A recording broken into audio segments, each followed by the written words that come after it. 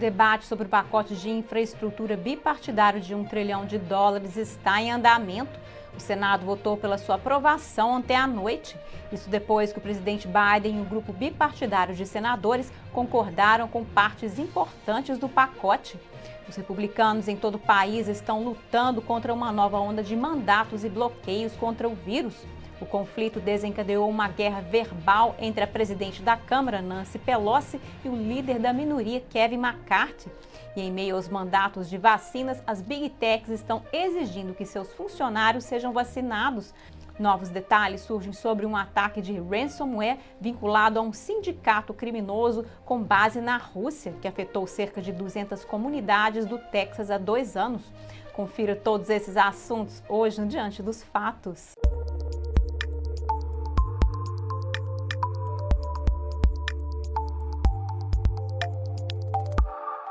Olá, bem-vindo ao Diante dos Fatos, eu sou Marina Dalila. O debate sobre o pacote de infraestrutura bipartidário de US$ 1 trilhão está em andamento. O Senado votou na noite de quarta-feira para começar a trabalhar no pacote. The Senate has just come together and in a strong bipartisan fashion. Biden gostou da notícia. Looks like we reached a bipartisan agreement on infrastructure, fancy word for bridges, roads. Senadores republicanos juntaram-se aos democratas na votação para lançar o debate. O principal negociador republicano disse que este é um primeiro passo importante, embora haja desafios pela frente. Every American believes that roads and bridges, ports and waterways, even our digital infrastructure needs to be updated. They know it because they travel on those roads, go to those bridges. O pacote terá um preço elevado de US$ 550 bilhões em novos gastos. Segundo o projeto, os recursos irão para estradas e pontes, modernização da rede elétrica e expansão de energia renovável, transporte ferroviário de passageiros e carga e internet de alta velocidade, entre muitos outros. We're touching every element of infrastructure. If you're on the rails, if you're in a car, if you're basically wanting to get on internet, your bridges and your roads, everything, airports, we've touched everything here. Quanto a como pagar por isso, o objetivo é reaproveitar o alívio do vírus não gasto e o auxílio-desemprego, vendendo espectros de transmissão, restabelecendo taxas de limpeza para empresas químicas e revertendo o desconto farmacêutico da era Trump, entre outros. My goal remains to pass both the bipartisan infrastructure bill and a budget resolution during this work period. Both. It might take some long nights. It might eat into our weekends. But we are going to get the job done and we are on track. O acordo final pode ter problemas se não for totalmente pago, enquanto o escritório de orçamento do Congresso examinar os detalhes. Mas não está claro se o projeto de 57 páginas terá um número suficiente de senadores apoiando-o para ser aprovado. Isso ocorre porque os democratas também estão trabalhando em um pacote mais amplo de 3,5 trilhões. Ele está sendo considerado de acordo com as regras orçamentárias que só precisam de uma maioria simples. Isso significa que os democratas podem avançar sem qualquer apoio republicano. Ele seria pago pelo aumento de impostos sobre as empresas e americanos que ganham mais de US$ 400 mil por ano. E falando agora em fundos massivos, US$ 300 extras por semana em benefícios federais de desemprego expirarão em breve. Metade dos estados já encerrou os benefícios antecipadamente, enquanto o restante expira em setembro. E 16 meses depois que essas medidas foram criadas, os legisladores não estão focados em estendê-las novamente. Em março de 2020, os legisladores correram para criar essas proteções financeiras e habitacionais para amortecer o golpe financeiro provocado pela pandemia. Agora, algumas dessas redes de segurança estão desaparecendo. A proibição federal de despejo emitida pelos Centros de Controle e Prevenção de Doenças está programada para expirar no final de julho, o que significa que milhões podem perder o teto sobre suas cabeças. A Coalizão Nacional de Habitação de Baixa Renda Sem Fins Lucrativos está pedindo uma extensão, mesmo que o prazo tenha sido prorrogado 3 vezes. Mas o CDC e a Casa Branca disseram que ele não será prorrogado novamente. E a proibição federal de execuções que protege os proprietários com empréstimos apoiados pelo governo também expirará no final deste mês. Apesar de tudo isso, 46 bilhões de dólares em dinheiro federal de alívio de aluguel, aprovado pelo Congresso em seus 2 últimos pacotes, continuarão a ser distribuídos por estados, municípios e entidades locais. E alguns estados estenderam suas próprias proteções de despejo, incluindo Nova York e Califórnia. O Departamento do Tesouro dos Estados Unidos tem uma lista de recursos para aqueles que precisam de assistência para aluguel. E por falar em moradias, sobreviventes do desabamento do prédio da Flórida estão recebendo uma ajuda de que precisam para ter um lugar para morar. Uma instituição de caridade está garantindo que eles tenham o valor de 1 ano de aluguel pago. A organização de caridade Global Empowerment Mission e seus parceiros anunciaram que vão pagar o aluguel do primeiro e último mês e os depósitos de segurança em novos apartamentos para os sobreviventes. Eles arrecadaram mais de 370 mil dólares. A Global Empowerment Mission já havia garantido habitação temporária gratuita e bens doados para os sobreviventes. A instituição de caridade e seus parceiros acreditam que logo terão os fundos para pagar o aluguel dos sobreviventes por 1 ano. O fundador da Global Empowerment Mission disse que o objetivo do grupo é ajudar a preencher a lacuna entre a ajuda de curto prazo, que chega imediatamente após um desastre, e as soluções de longo prazo por meio de seguros e acordos legais que podem levar 1 ano ou mais para serem desenvolvidos. Alguns sobreviventes se reencontraram pela primeira vez após o colapso na coletiva de imprensa. Enquanto os sobreviventes do colapso do condomínio na Flórida procuram um lugar para morar, os escritórios do Google ficarão vazios por mais um tempo. O CEO Sundar Pichai divulgou um comunicado na quarta-feira dizendo que sua data de retorno prevista agora é de 18 de outubro. Os funcionários do Google continuarão remotos, pois o trabalho em casa foi estendido. O gigante da mídia social também exigirá que os funcionários do campus sejam vacinados. Pichai disse que a exigência de vacinação entrará em vigor nos Estados Unidos nas próximas semanas. Os requisitos para outros locais começarão nos próximos meses. Por falar em mandatos de vacinas nas Big Techs, a Netflix também exigirá a vacina anti-Covid dos elencos e equipes de todas as suas produções nos Estados Unidos. A Netflix será o primeiro grande estúdio de Hollywood a fazer isso. De acordo com o relatório, o pedido de vacinação aplica-se a todos os atores e a qualquer equipe que tenha contato próximo com eles, também conhecidos como trabalhadores da Zona A.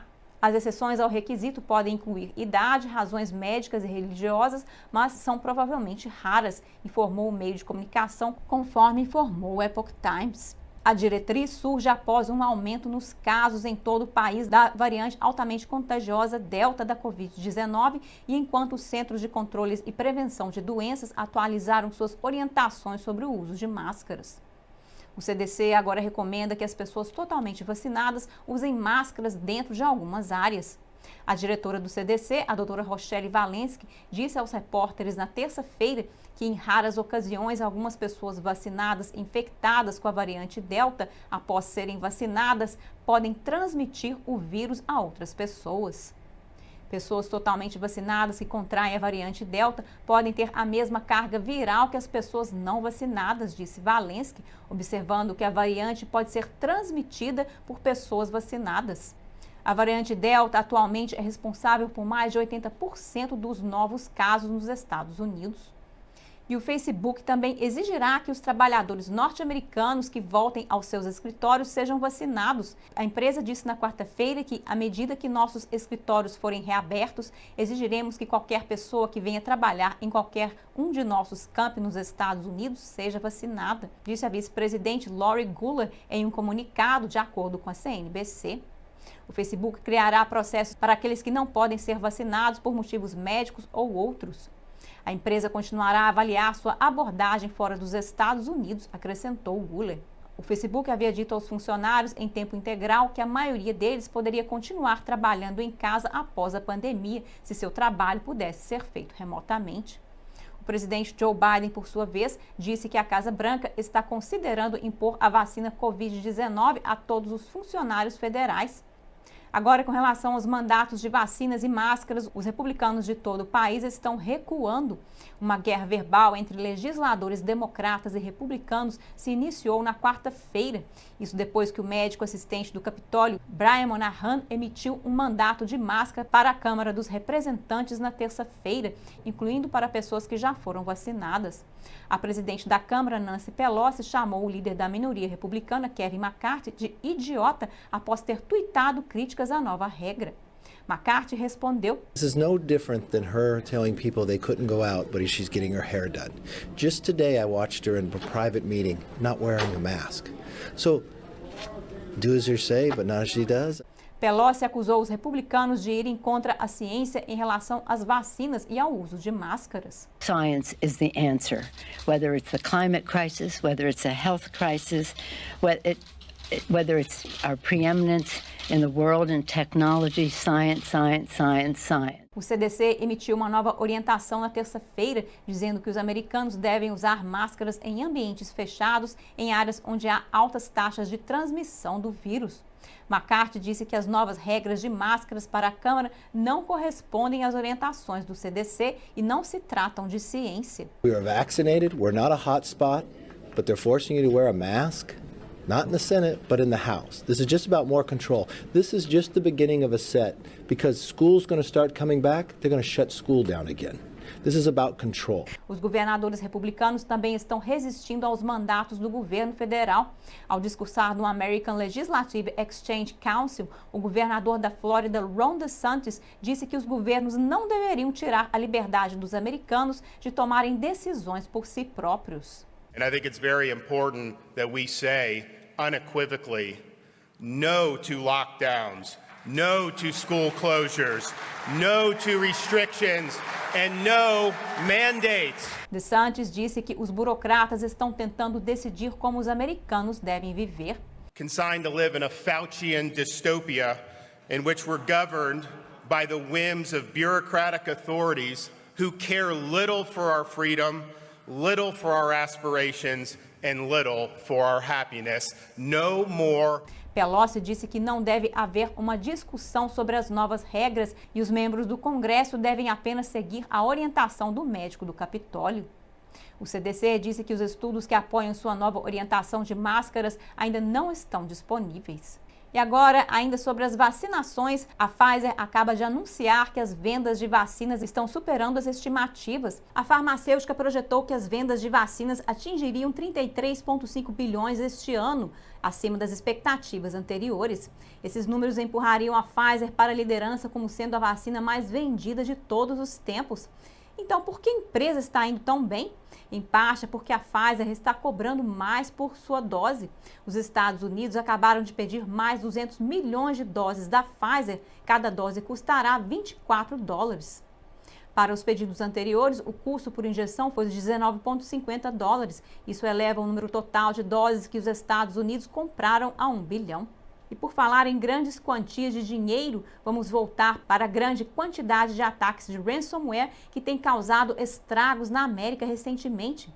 Um alto funcionário do FBI disse aos legisladores no Congresso na terça-feira que eles não devem tornar ilegal o pagamento de resgate a criminosos cibernéticos. If we ban ransom payments, now you're putting U.S. companies in a position to face yet another extortion, which is being blackmailed for paying the ransom and not sharing that with authorities. And so it's a really complicated conversation, but it's our position that banning ransom payments is not the road to go down. O conselho veio durante uma audiência do Comitê Judiciário do Senado sobre ransomware. Isso vem na esteira de vários ataques de ransomware de alto perfil que afetaram vários setores, bem como a infraestrutura crítica dos Estados Unidos. Um dos ataques recentes mais perturbadores foi o do início deste ano, que fechou o oleoduto Colonial, o maior oleoduto de combustíveis da América. O fechamento levou ao pânico de compra, o que resultou na escassez de gasolina. Nesse caso e em vários outros, as empresas afetadas decidiram pagar o resgate para ter seus dados de volta e suas operações em funcionamento.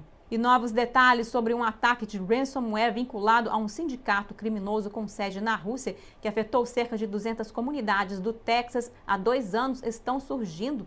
Funcionários em pequenas cidades e vilas lutaram por dias com interrupções nos serviços principais do governo, provocados por um ataque cibernético sofisticado. Jason Whistler soube pela primeira vez que seu sistema de computador foi hackeado durante sua xícara de café matinal em 16 de agosto de 2019. It was a scary feeling, and there's always that urgency. You know, we have to check on the city and the network, and the whole totality. But of course, we always have these concerns about, like Garrett said, all these documents that we've just been working on. A cidade de menos de 13 mil habitantes se apressou em desligar seus computadores depois de perceber que os trabalhadores foram impedidos de acessar os arquivos. Nos dias seguintes, os moradores não conseguiram pagar as contas de água, o governo não conseguiu processar a folha de pagamento e os policiais não conseguiram recuperar alguns registros. As humans, we generally naturally think about ourselves first. And so, it wasn't, oh my God, they're not going to be able to pay the water bills. Oh my God, I've lost all my work. Algumas telas de computador exibiam pedidos de resgate sem sentido. A mesma mensagem foi espalhada até mesmo pelas impressoras dentro do escritório. O governador Greg Abbott declarou que foi um desastre cibernético e destacou especialistas cibernéticos da Guarda Nacional do Texas. O objetivo deles era ajudar cidades hackeadas a avaliar os danos, restaurar dados de arquivos de backup e retomar o controle de sistemas bloqueados. No total, cerca de 23 entidades governamentais foram atingidas. Os culpados eram afiliados à R-Evil, uma gangue sediada na Rússia que extorquiu na primavera passada 11 milhões de dólares da empresa de carnes JBS. Mais recentemente, o grupo realizou o que se acredita ser o maior ataque de ransomware global já registrado. The entities who had backups, they were in a better position than others. And then it's a matter of visiting with and assessing those entities for them to make the business decision of what was it that was impacted, how long would it take to rebuild. What were the costs of that? No final das contas, as comunidades do Texas conseguiram recuperar a maior parte de seus dados e reconstruir seu sistema sem pagar o resgate. Mas Crawford está encorajando todas as organizações a adotar uma abordagem mais proativa para a segurança cibernética. E agora, sobre maneiras de se proteger contra ataques cibernéticos, a Agência de Segurança Nacional está oferecendo uma abordagem simples, mas eficaz para impedir que hackers invadam seu dispositivo móvel. A abordagem é a seguinte: etapa 1, desligue o telefone e etapa 2, ligue-o novamente. Você pode parar o ataque simplesmente reiniciando o telefone toda semana. É o que diz o Guia de Melhores Práticas da Agência de Segurança Nacional para a Segurança de Dispositivos Móveis, de acordo com um especialista da Diretoria de Segurança Cibernética da NSA. A ação simples faz com que até os hackers mais sofisticados trabalhem mais para manter o acesso. A lot of modern cyber attacks are a chain of 2, 3 or even more vulnerabilities in a row that have to be successfully exploited.